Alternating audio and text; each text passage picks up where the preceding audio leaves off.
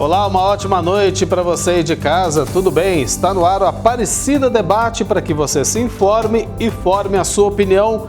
Meu lado novamente, meu amigo Renato Dias. Boa noite, Renato. Boa noite, Eduardo. Boa noite para você aí de casa. E 2024 é ano de eleições no Brasil. E a partir deste mês de agosto, a campanha já está nas ruas de todo o país, sem falar, é claro, da internet. Milhares de candidatos vão disputar os votos de milhões de eleitores, uma decisão que afeta diretamente o futuro dos municípios. Serão escolhidos prefeitos, vice-prefeitos e vereadores nas 5.569 cidades brasileiras. O primeiro turno está marcado para o dia 6 de outubro. Nos municípios com mais de 200 mil eleitores, onde o candidato mais votado ficar com menos de 50% mais um dos votos, acontecerá o segundo turno em 27 de outubro. E cada eleição para prefeito e para vereador tem um sistema de votação diferente. Quem explica as principais regras das eleições municipais deste ano é o repórter Leandro Oliveira. A cada 2 anos, vamos às urnas votar e escolher os representantes dos poderes executivo e legislativo em eleições majoritárias e proporcionais. A última, de 2 anos atrás, elegeu o presidente da República, governadores, senadores e deputados estaduais e federais. Em 2024, vamos eleger prefeitos e vereadores. Neste ano, com uma mudança no registro de candidaturas para o cargo de vereador.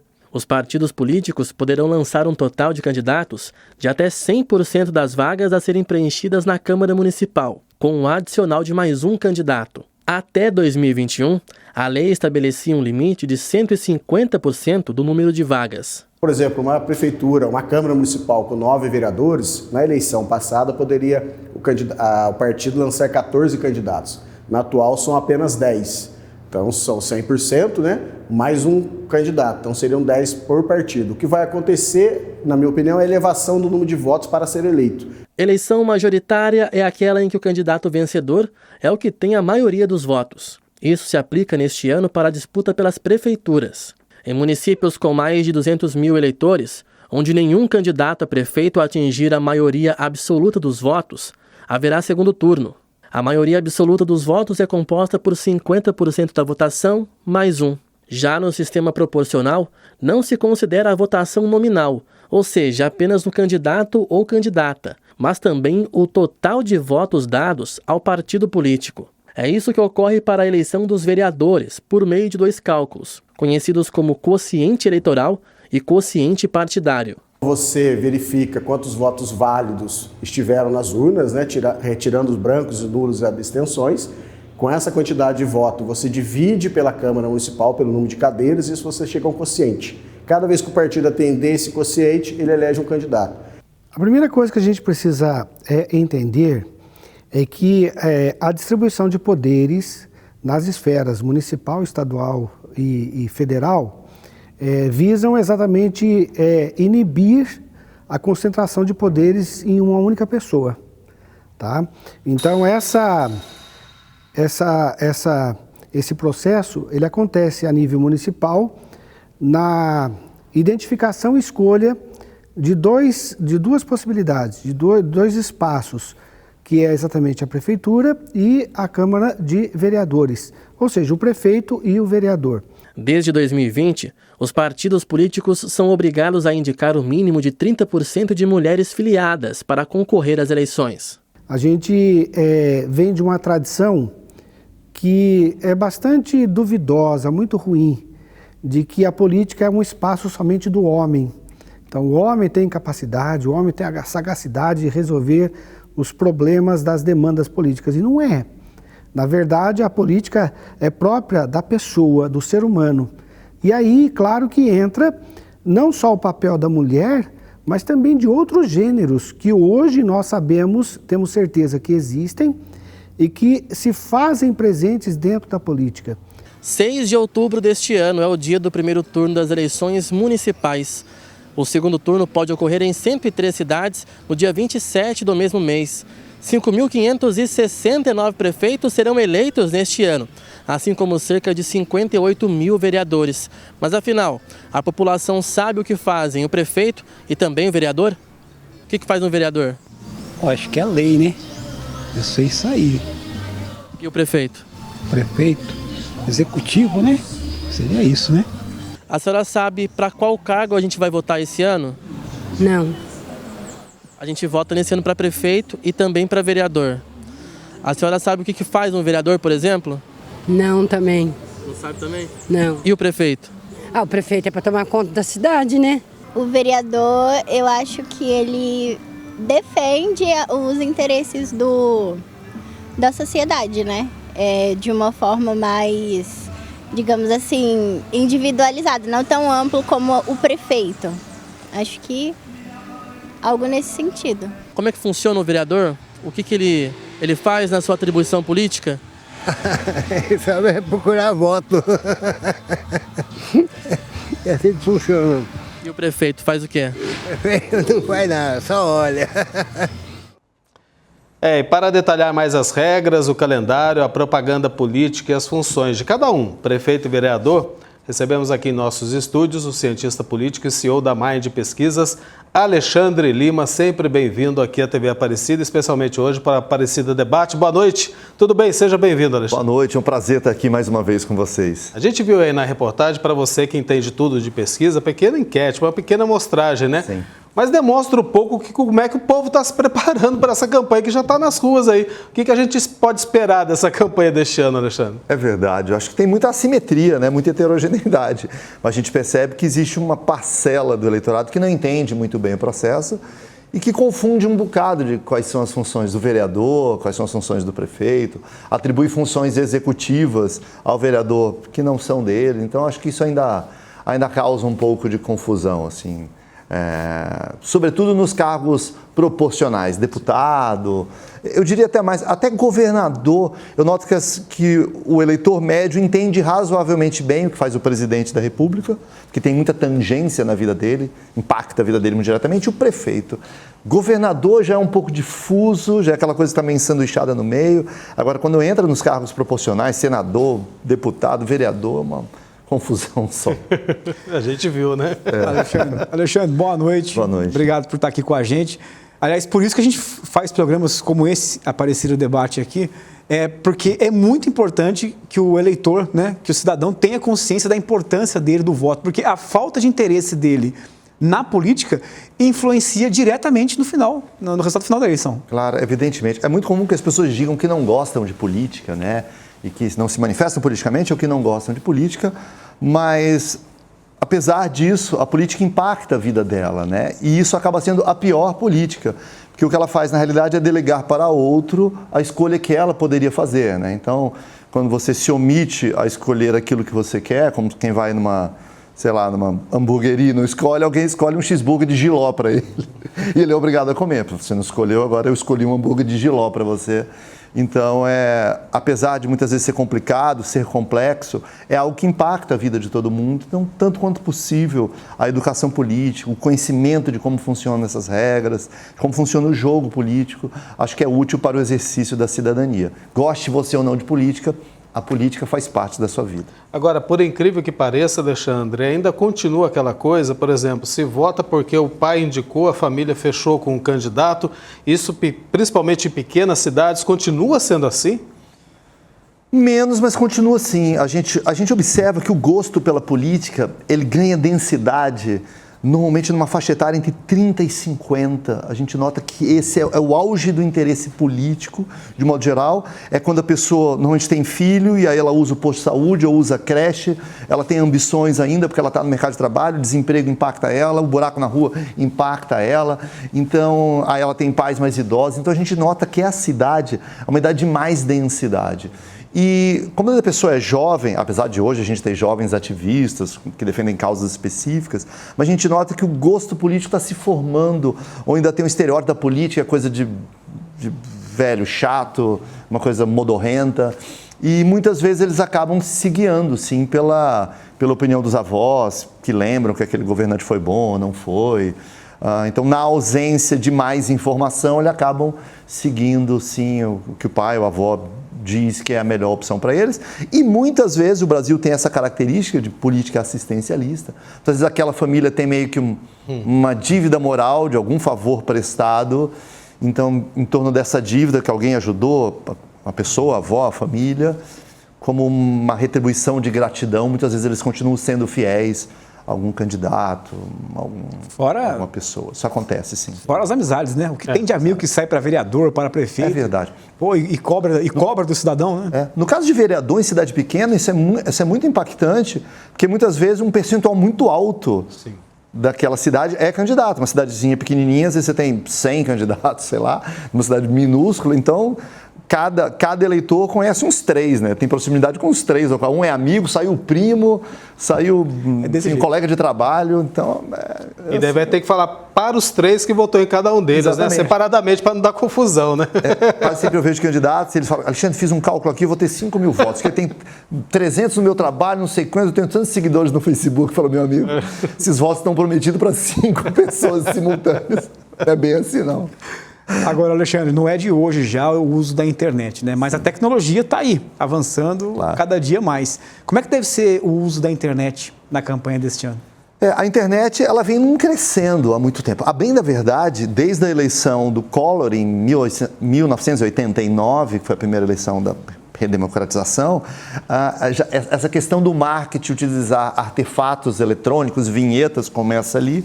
E começa uma atenção da Justiça Eleitoral em querer regular isso, né? A internet ganha muita proeminência, ou seja, a gente passa a vida com um celular na mão, ou seja, as campanhas entraram dentro da sua casa, né? Mas agora uma grande preocupação é a inteligência artificial, né? O potencial do uso da inteligência artificial. Então a internet vai ter, já tinha, mas está ficando cada vez mais, porque a gente... tudo.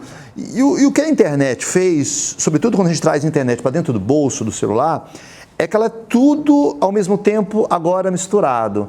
Então, o candidato dá uma entrevista no rádio, alguém pega um trechinho do rádio, posta no Face, do Face ele recorta, faz um Reel para o Instagram e joga dentro do WhatsApp. Então, começou no rádio, pipocou lá no Facebook, né, rebateu no Instagram e veio cair no seu WhatsApp, né? Então, as coisas misturaram, assim, ele dá uma entrevista para a TV, a entrevista recorta e tal, aí vai para o jornal, vai para o Santinho, enfim. Então, está tudo muito junto e misturado. Eu acho que a internet vai ter um impacto cada vez maior, né, crescente, porque ela faz parte da vida da gente e está dentro do nosso bolso. Você não precisa mais sentar, abrir um jornal, a gente não larga mais o celular, né? Então... E principalmente agora, né, Alexandre, com a campanha já nas ruas e principalmente no celular, né? Você só falou aí sobre inteligência artificial.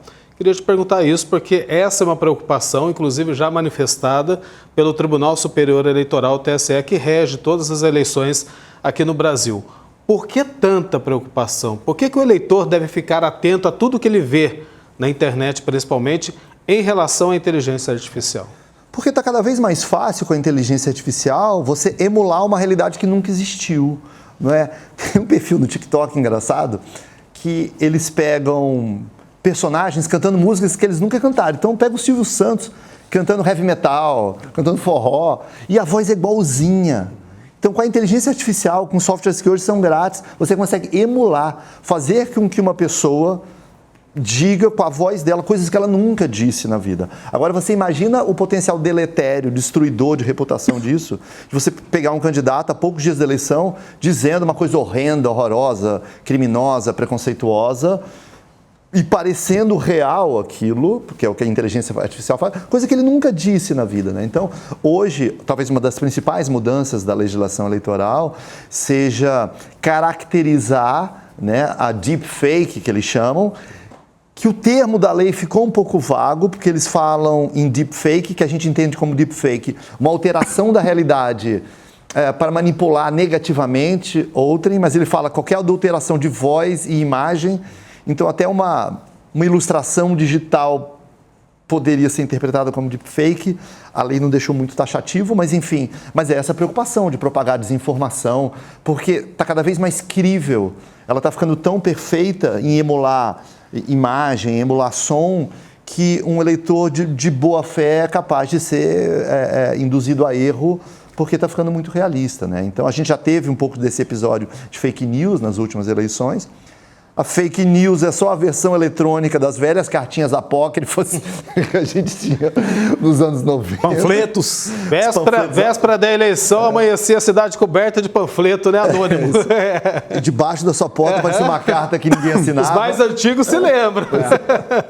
Agora aparece no seu WhatsApp, né? Mas só que ficou mais sofisticado, né? Então a justiça tenta coibir isso. É uma luta inglória, porque, enfim, não é fácil.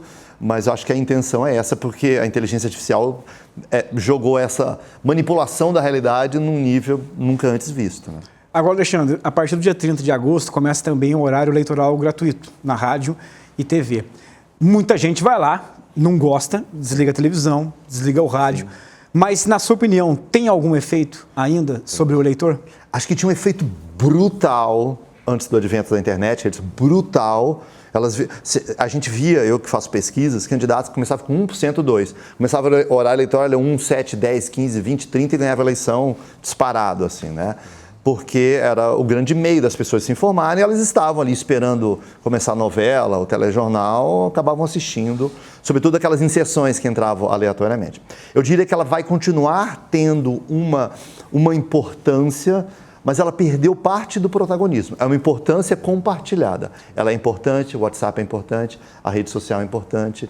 Então, ela é, sim, muito importante, mas ela já não tem o protagonismo sozinha como tinha 20 anos atrás. Ela continua, sim, importante.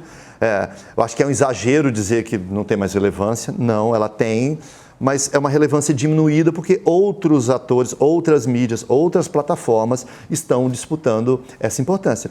E, de novo, pode sair um material na campanha de TV, na hora eleitoral de TV, que você não viu, alguém pegará e daqui a pouco está dentro do seu WhatsApp. Pois é. Você vai acabar vendo. E esse peso é maior, principalmente nas grandes cidades, né? Porque o candidato não consegue percorrer toda a grande cidade, mas São Paulo, por exemplo, não consegue, diferente das pequenas cidades. Todo mundo conhece todo mundo, fica mais fácil até para fazer a campanha do velho corpo a corpo, né? Então, eu peço para você destrinchar para a gente essa diferença que existe na campanha em pequenas, médias e grandes cidades. Reside nisso apenas, não? Não, assim, né? Cada cidade, cada região, ela tem uma dinâmica própria e cidades maiores têm uma dinâmica própria. O fundamental é, quanto menor a cidade, mais o eleitor valoriza a presença daquele indivíduo. Ele quer que entre na casa dele. Ele quer ver a maçã do barro que ele amassa no bairro dele, entendeu? A gente faz, às vezes, também pesquisa qualitativa, que é aquela pesquisa em profundidade. Às vezes eu vejo uns eleitores falando assim, ele é até um bom administrador, mas você acredita que passa na rua, não me dá tchau? Nunca veio na minha casa. O outro até teve as falhas dele, mas vem aqui, ele entra aqui, toma café comigo, o fulano vai na minha casa, o meu aniversário veio. Então, muitas vezes o eleitor em cidades pequenas chega até a dar um valor, uma importância maior, a proximidade que ele tem com aquele líder, do que o outro ser um melhor administrador, às vezes. Então, acho que cidade pequena, as pessoas elas querem te ver olho no olho, querem que você veja a realidade que elas vivem, querem que você esteja ali no bairro.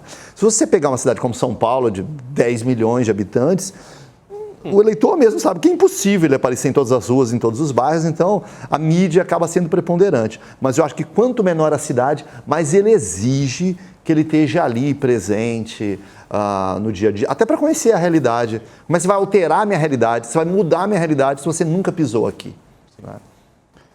Agora, Alexandre, você já falou para a gente aqui, você trabalha com pesquisa, né? Qual o peso das pesquisas na escolha do eleitor? E daí a importância também de um trabalho muito sério. Bom, as pesquisas são fundamentais em qualquer processo eleitoral, seja do lado das candidaturas, para que elas entendam a demanda, o que os eleitores querem, o que eles preferem, o que valorizam ou não nas diversas candidaturas, né? E do lado do eleitor é interessante ele saber, né? Quem que tem chance, quem que não tem, às vezes até para praticar o voto útil numa cidade que não tem segundo turno, né? Agora, no que se refere à influência que a divulgação de uma pesquisa tem na decisão de um voto de um candidato, eu devo dizer, e eu sou alguém que faço pesquisas, é que ela é muito menor do que as pessoas pensam que é. Ou seja, ela não influencia tanto quanto as pessoas pensam que influenciam, por uma série de razões. Primeiro, porque uma grande percentagem das pessoas não acredita em pesquisa. Então, elas não vão se influenciar porque elas não acreditam. Segundo lugar, você não tem um meio hegemônico de fazê-las ter conhecimento, nem todas ficam sabendo. Eu faço pesquisas sobre pesquisa, meta-pesquisas, pesquisa investigando o efeito da pesquisa, entendeu? Muitas não lembram, elas não acreditam na pesquisa, não tomaram ciência. Quando elas tomaram ciência, elas esqueceram, não lembram quem estava em primeiro lugar, ou quem estava em primeiro lugar é alguém que elas odeiam, não vão votar mesmo, entendeu? Então tem um efeito, mas é residual, não é tão grande quanto se pensa. Existe um efeito indireto muito grande, que era o que os americanos chamavam os 3 M's, Media, Moral and Money. Mídia é, normalmente, a mídia, ou seja, dá mais importância aos candidatos que são mais relevantes eleitoralmente. Então, um candidato nanico que não tem chance, ela não dá tanto espaço normalmente, apesar de ter regras de equanimidade, de um modo geral, se dá mais espaço para quem é mais notório. Moral, normalmente os cabos eleitorais desanimam se souber que seu candidato está muito fraco, então isso acaba influenciando a militância. Quando ela vê que não tem chance, ela fica um pouco desanimada. E nos Estados Unidos, aqui no Brasil não deveria ser isso, acaba afetando a arrecadação de recursos, porque normalmente as campanhas com mais tendência a ganhar acabam recebendo mais atenção e mais recursos, né? A gente está no finalzinho, inclusive está estourando tempo, mas eu não vou deixar de fazer essa pergunta que eu acho que é pertinente para esse debate, para a gente encerrar o bloco, já agradecendo a sua participação aqui. Nas últimas eleições, muito se questionou alguns institutos de pesquisas que erraram por muito. Sim. Está na margem de erro ou não? Esses erros cometidos nas pesquisas eleitorais, que muita gente diz que acabaram influenciando diretamente na escolha para presidente, principalmente. Como é que você avalia tudo isso daí, Alexandre? Eu acho que essa é uma pergunta que demandaria uns 10 minutos que a gente não tem aqui. Eu estou pedindo para você falar em um. Eu já me convido para vir aqui falar. Eu acho que erra, sim. As ciências erram. Né? Então, assim, seria uma loucura dizer que, como método social, a pesquisa é isenta, não tem um monopólio da verdade, da precisão. Eu acho que a grande maioria das pesquisas acerta, sim, não é? E ocasionalmente elas erram, sim. A campanha passada teve uma dinâmica, de 2022, né? Teve uma dinâmica muito particular, não é? Os bons institutos, de um modo geral, sobretudo no segundo turno, acertaram quase que na mosca. No primeiro turno tiveram dificuldade, sim, e não é a primeira vez que acontece, né? Existem alguns estudos que mostram que, normalmente, em pesquisas presidenciais, em primeiro turno, as pesquisas tendem a subestimar o percentual do segundo colocado, por exemplo, enfim. Algo mais complexo, eu precisaria até os porquês disso, mas houve casos de desvio muito acima da margem de erro, que é um erro, né? Então, assim, nenhuma pesquisa, qualquer método científico é passível de alguma falha de erro, e a pesquisa precisa fazer sua autocrítica, ela é super útil, na grande maioria das vezes acerta e ocasionalmente erra, sim. Alexandre, infelizmente, né, já passou o tempo, como o Eduardo disse aqui, poderíamos seguir batendo papo aqui, mas muito obrigado, viu, pela presença esta noite com a gente aqui. Eu que agradeço, é um prazer e me coloco à disposição com mais tempo para responder perguntas difíceis como essa. Já está convidado para o Aparecida Debate ou para o TJ Aparecida nesse processo que a gente inicia também, que a gente caminha buscando sempre a consciência política. Estamos de volta com o Aparecida Debate, que nesta terça-feira falando sobre as eleições municipais que acontecem em outubro. Cerca de 156 milhões de eleitores estão aptos a ir às urnas para escolher os futuros prefeitos, vice-prefeitos e vereadores. Pouco mais da metade desse eleitorado é formado por mulheres. São quase 82 milhões, que representam 52% do total. O Aparecida Debate segue com a missão de informar e orientar o eleitor ou eleitora a exercer plenamente, com liberdade e consciência, o seu direito ao voto. Quem nos ajuda agora é o doutor Adelson Damasceno, ele que é advogado especialista em direito eleitoral da RID Sociedade de Advogados, está aqui com a gente pela internet. Doutor Adelson, boa noite, obrigado pela presença. Boa noite, Eduardo. Doutor, quais são as principais regras das eleições deste ano? Toda eleição, primeiramente agradecer pelo convite, né, desejar uma boa noite a todos que nos assistem, a vocês e também no estúdio. Mas toda eleição ela traz um contexto de novidade em relação às regras eleitorais. Para essa eleição municipal em especial, a gente tem, pela primeira vez no contexto das eleições municipais, a figura da federação.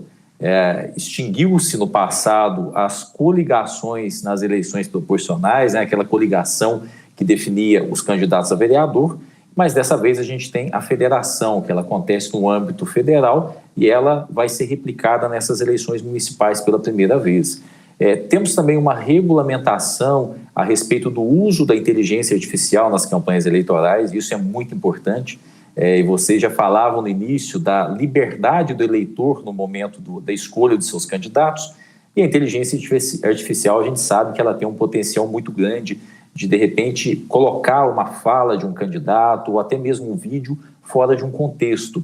Então, a gente já tem algumas regras específicas para as eleições de 2024, sem contar as regras que já se aplicavam às eleições anteriores. Doutor Adelson, boa noite, bem-vindo aqui ao Aparecida Debate. A campanha já está nas ruas, né? Agora, nem tudo pode, né? Tem limite para tudo. O que o candidato ou a candidata pode ou não fazer, inclusive com risco de ter a candidatura impugnada pela Justiça? Realmente, a partir agora do último dia 16, inicia-se a campanha eleitoral nas ruas. E a campanha eleitoral ela tem um viés de convencimento do eleitor a respeito do voto, né? O candidato, nesse momento, ele busca apresentar para o eleitor que ele é o mais preparado e convencê-lo a contar com esse voto, né? a confiar a ele o voto.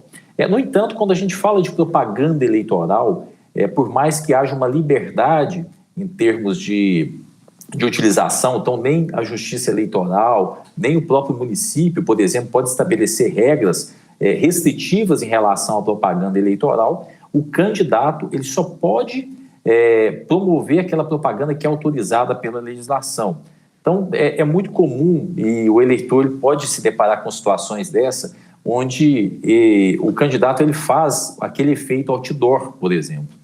Então, existe uma regra eleitoral de que a propaganda que ela é colada, né, nas casas, aqueles adesivos, eles não podem superar meio metro quadrado, 50 centímetros quadrados. E às vezes há uma sobreposição, eu coloco 5, 6 adesivos e aquilo gera um efeito outdoor.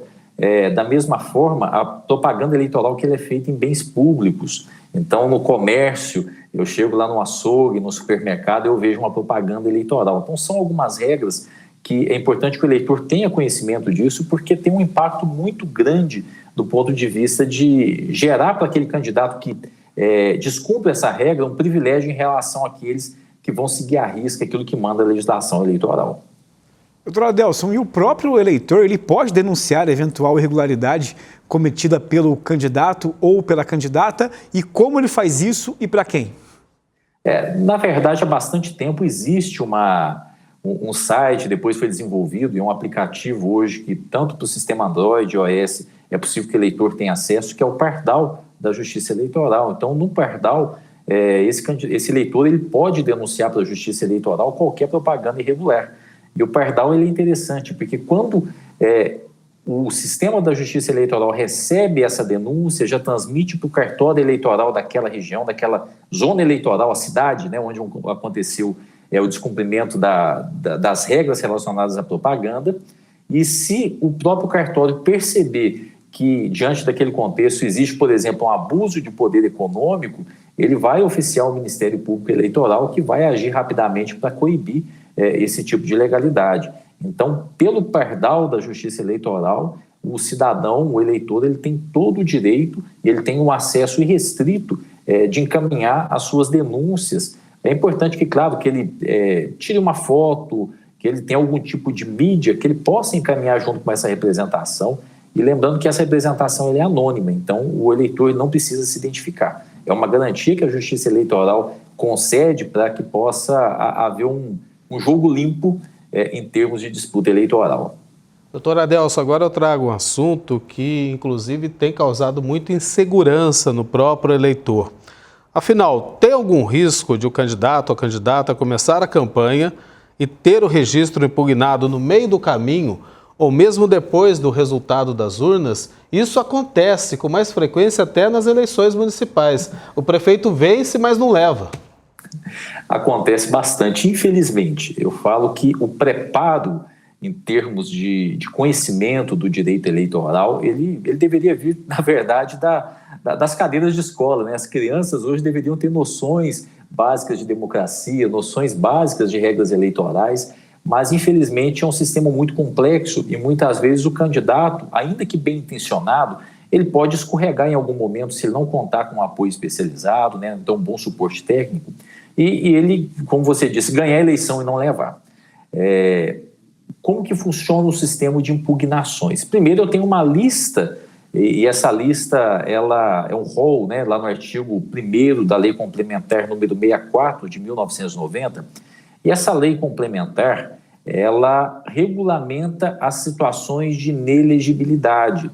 Então, algumas situações de inelegibilidade, a gente vê que são inelegibilidades adquiridas, que são aqueles candidatos que, de repente, sofreram algum tipo de condenação judicial, que tiveram suas contas rejeitadas ou que tiveram seus mandatos cassados. Então, esses candidatos, né, que já exerceram cargos públicos anteriormente, e que perderam seus direitos políticos, eles ficariam inelegíveis por um determinado período. Mas existe também aquela inelegibilidade que ela é decorrente da própria condição do candidato. Por exemplo, o servidor público ele tem obrigatoriamente que se afastar das suas funções um período antes das eleições. Por quê? O fato dele exercer a função pública dá a ele uma vantagem em relação àquelas pessoas que não são servidores públicos. Imagina que eu sou ali o farmacêutico, o médico da cidade. Eu tenho um contato muito grande com a população, eu poderia utilizar esse meu cargo para fazer propaganda eleitoral. Então vamos lembrar que a eleição, o processo eleitoral, eu brinco que é como se fosse uma corrida, uma maratona. E todo mundo tem que largar do mesmo ponto. Se alguém está muito à frente dos demais concorrentes, a tendência é que ele chegue na frente. Então a Justiça Eleitoral e essa lei das inelegibilidades, ela coloca todas os candidatos na mesma posição de largada.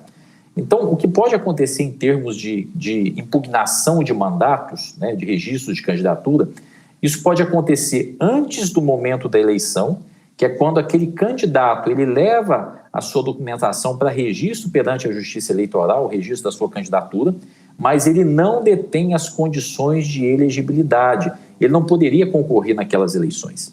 Então, ele, de repente, é indeferido inicialmente esse registro pelo juiz eleitoral. Esse candidato ele recorre até o Tribunal Superior Eleitoral, Tribunal Regional Eleitoral, de repente mantém esse indeferimento e depois no TSE mantém esse indeferimento. Então, é um candidato que ele concorre sub júdice. Então, o eleitor ele consegue buscar no site da Justiça Eleitoral, ele pode digitar no Google, ou qualquer outro mecanismo de busca, divulga Candi, ele escolhe o ano das eleições 2024, escolhe eleições municipais, ele vai descobrir ali quais os candidatos que concorrem nas eleições sub júdice, aquele que teve o seu registro inicialmente indeferido e que está aguardando uma decisão judicial definitiva para saber se ele pode ou não pode continuar candidato nas eleições. Existe também uma outra situação, que é aquele candidato que no decorrer do processo eleitoral, ele comete algum ilícito e ele vem a ser processado por conta desse ilícito e que pode acarretar uma impugnação do mandato eletivo ou pode até mesmo retirar dele o diploma. O que é o diploma? É o título que ele recebe da Justiça Eleitoral, concedendo a ele, falando para ele que ele foi eleito, né? Que o que ele vai apresentar futuramente na Câmara Municipal para tomar posse no cargo. Então, por exemplo, um abuso de poder econômico, uma utilização indevida de meios de comunicação social, algumas condutas vedadas aos agentes públicos, por exemplo, o prefeito que no ano eleitoral ele resolve fazer um programa de assistência social, de distribuição de cestas básicas, um programa que já não vinha sendo executado anteriormente, ele cria no ano das eleições. Então são situações que podem gerar uma impossibilidade de que mesmo ele sendo vencedor nas urnas, ele possa tomar posse no cargo. Doutor, eu quero agradecer muito a sua participação, já está convidado para voltar a participar. Teremos outros programas do Aparecida Debate voltados para a formação dessa consciência política, o nosso telejornal diário, porque a nossa missão é informar o eleitor e formar a consciência política dele. Muito obrigado, viu, pela participação no programa de hoje. Agradeço muito, Eduardo, agradeço, Renato, a TV, e sempre à disposição para contribuir num debate que é tão importante, que é o fortalecimento da nossa democracia. Um abraço. Obrigado, doutor, mais uma vez. Uma boa noite para você. Estamos de volta com o Aparecida Debate, que hoje destaca as eleições municipais de outubro, que vão decidir os futuros prefeitos e vereadores nas mais de 5.000 cidades brasileiras. E nesse terceiro e último bloco do Aparecido Debate, nós recebemos em nossos estúdios o Laureano Guerreiro Bogado, ele que é presidente do Observatório Social do Brasil em Pindamonhangaba, aqui no interior de São Paulo. Laureano, boa noite, seja bem-vindo. Obrigado pela presença aqui com a gente. Eu que agradeço, uma relevância enorme esse debate, né? Um prazer estar com você e com todo mundo que vai participar de alguma forma, né, desse encontro. Laureano, começa explicando para a gente, então, o que é e como funciona o Observatório Social do Brasil, principalmente agora nas eleições. O Observatório Social do Brasil ele é uma organização não governamental que tem como compromisso fundamental trazer transparência, práticas éticas, né, respeito ao dinheiro público e, sobretudo, uma consciência de cidadania. É uma ONG formada por voluntários em 150 municípios, os mais de 5 mil aí, que o Eduardo falou, e 17 estados. Todos nós somos voluntários. E o propósito de cada seção, tem estadual e tem os municipais, é acompanhar o poder público, não só o executivo, como o legislativo, né, a Câmara dos Vereadores, e acompanhar licitações, promover educação para a cidadania, sempre no sentido de fazer o município economizar, ter transparência com os gastos públicos e economizar. Alguns bilhões foram economizados de 2013 a 2019 em vários municípios brasileiros com uma ação propositiva. O Observatório, por exemplo, acompanha um processo licitatório, né? E depois ele vai acompanhar isso até o final.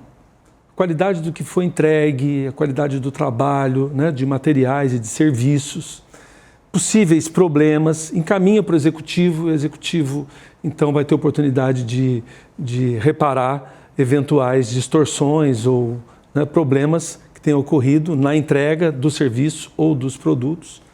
E quando isso não acontece, a gente encaminha para o Ministério Público. Então aí fica uma ação pública no sentido de irmos até vamos dizer, os canais todos abertos aí necessários, né?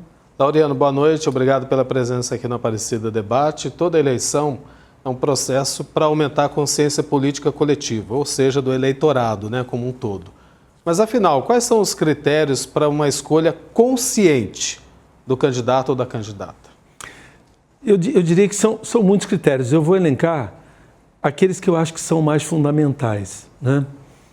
Um primeiro de fundo é que a gente consiga ampliar o entendimento de que prefeito e vereadores, no caso dessa eleição, né, de outubro, mas a gente pode incluir o Estado e os deputados estaduais, o presidente e o Congresso Nacional, eles são servidores públicos. Então, um dos fundamentos a gente não escolhe o chefe do Executivo e os membros do Legislativo por simpatias pessoais ou porque são celebridades, né? A gente tem que escolher como alguém que vai dar direcionamento, vai priorizar o investimento do dinheiro que é nosso. Então, para todo mundo que está ouvindo entender esse ponto de vista, imagine que você escolhesse alguém para gerir os resultados financeiros do seu trabalho mensal. Você pegasse o seu dinheiro, entregasse e falava assim, olha, eu gostaria disso, administra para mim. É isso que os servidores públicos fazem, né? E essa relação precisa ser uma relação de transparência, de integridade, de respeito ao eleitorado, de cumprimento do programa que foi aprovado.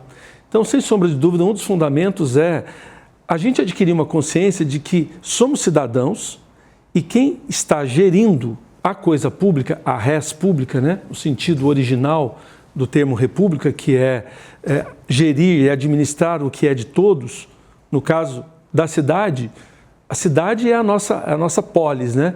E a polis é o lugar onde você faz política, onde a gente habita, é um espaço comum, um espaço altamente interdependente, porque todos nós temos uma parcela de responsabilidade sobre o espaço que nos pertence, que nós administramos, seja o nosso lar, a nossa empresa, nosso espaço na empresa em que a gente serve, né, presta serviço.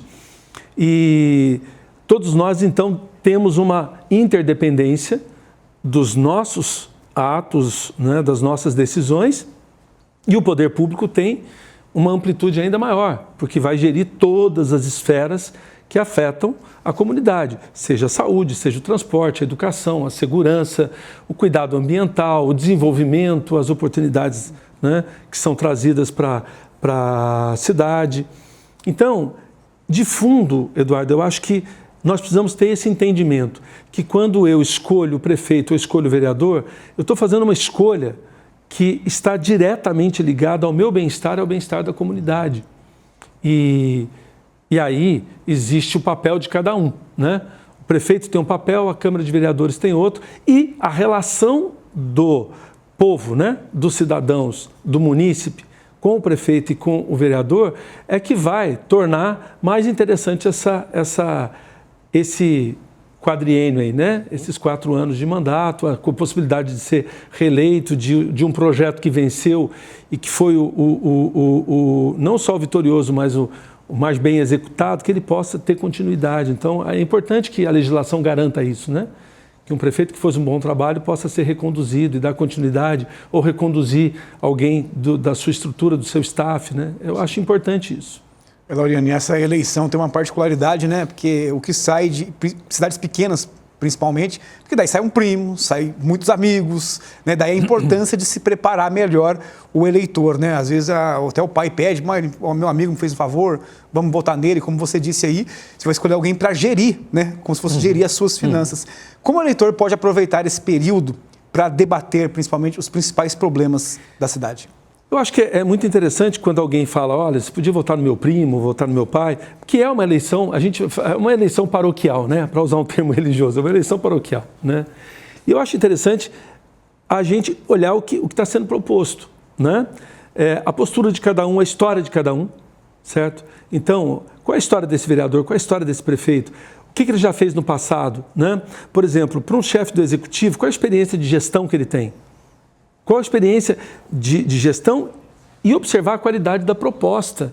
Porque tem coisas que são possíveis, factíveis, execuíveis e coisas que são, né, mirabolantes. E a gente consegue, com um pouco de informação, de pesquisa, ouvindo mais de uma fonte, a gente consegue ter melhores critérios do que simplesmente a amizade. De novo, eu volto à questão de fundo que eu coloquei. Eu não tenho que ser amigo do prefeito ou ser amigo do vereador, por quê?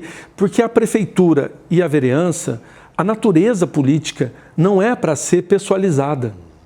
Então, o melhor prefeito e o melhor vereador não é aquele que atende os meus interesses pessoais ou interesses simplesmente do meu bairro. É aquele que atende os interesses da comunidade e que tenha, na sua natureza política, a capacidade de enxergar o município com as diferenças de cada um, com as necessidades diferentes de investimento, né?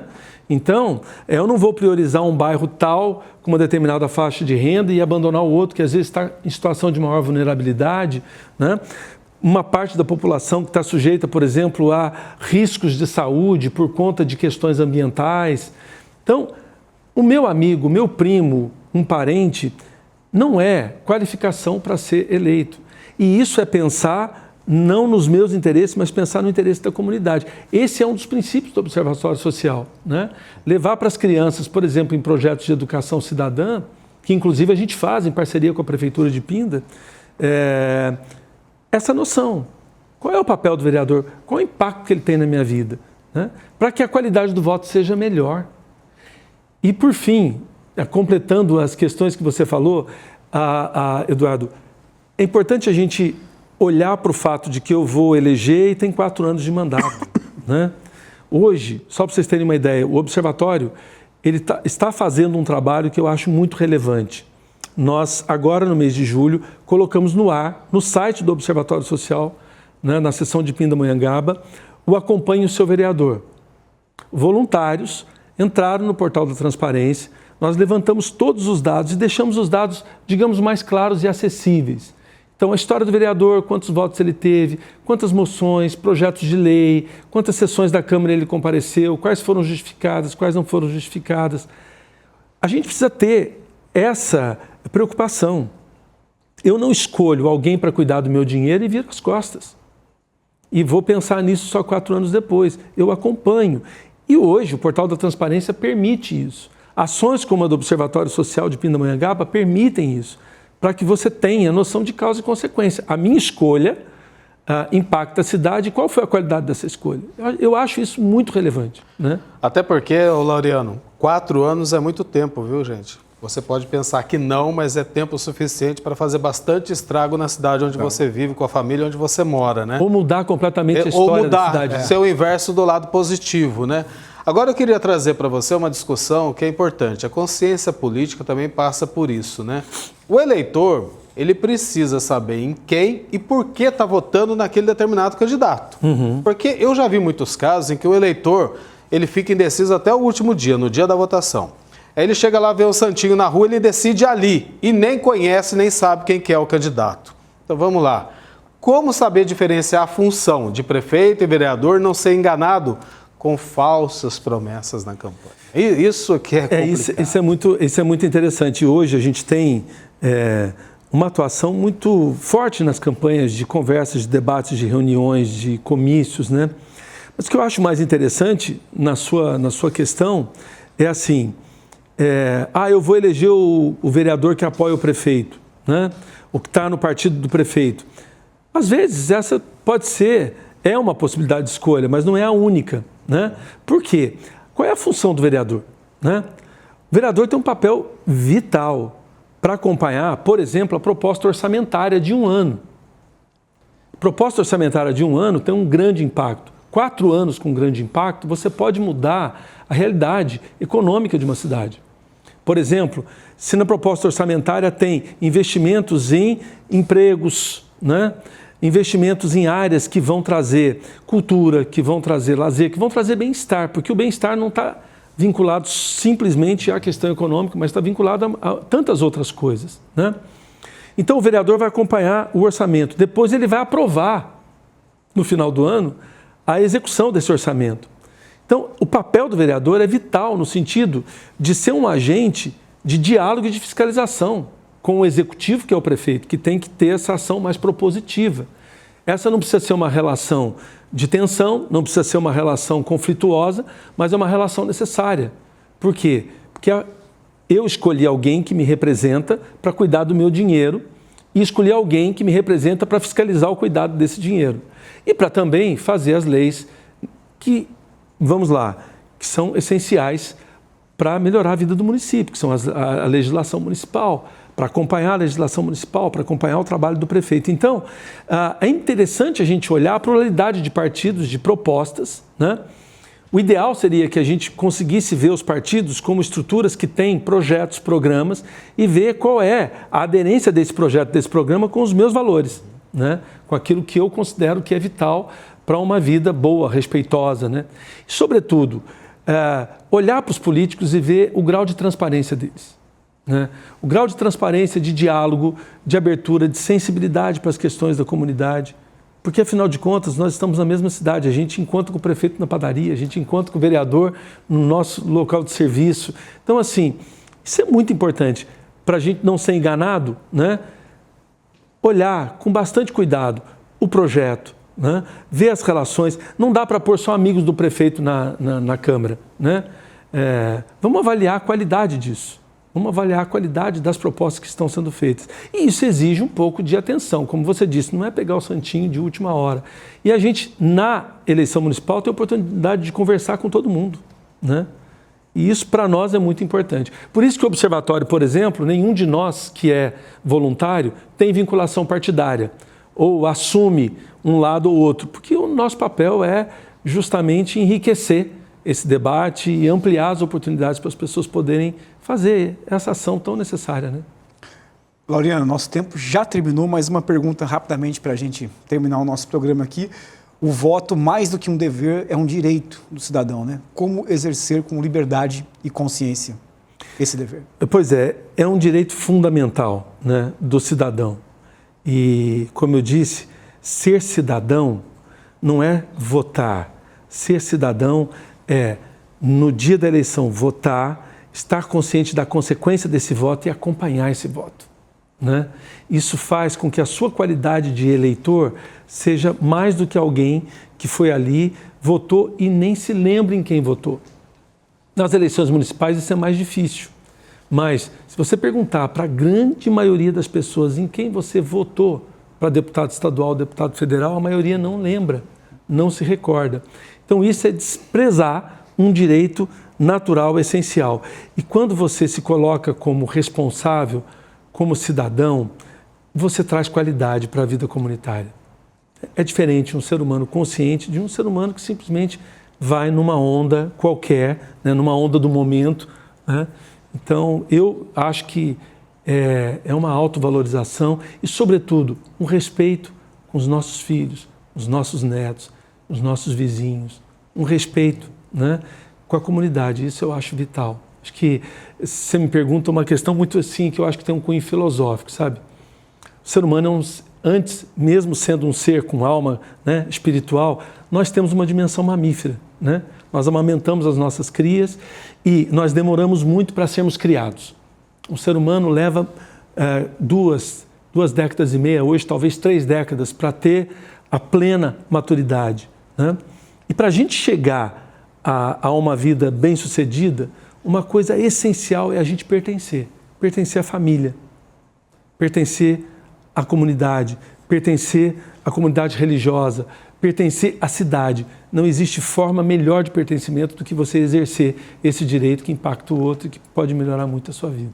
Laureano, eu quero agradecer muito a sua participação, nos ajudou e está contribuindo muito para esse espaço que a gente está abrindo agora nesse período eleitoral, porque a nossa missão é única e exclusiva, formar a consciência política das pessoas que estão aí acompanhando e principalmente tem esse dever, esse direito do voto, né? E exerça com a sua vontade. Mas antes, procure saber um pouco mais do seu candidato, aquele que vai governar a sua cidade como prefeito, aquele que vai representá-lo na Câmara Municipal. Muito obrigado, viu? Seja sempre bem-vindo aqui à TV Aparecida. Parabéns pelo compromisso de vocês, do programa da TV. Obrigado. Obrigado, Laureano. E assim encerramos o Aparecida Debate de hoje. Reveja esse e outros programas no canal da TV Aparecida no YouTube e no nosso Instagram, que é o @jornalismo TV Aparecida. Além das notícias e os bastidores da programação, você pode sugerir temas para debatermos aqui às terças-feiras. Uma boa noite para você e até a próxima. Uma ótima noite, bom descanso. Até terça que vem. Tchau.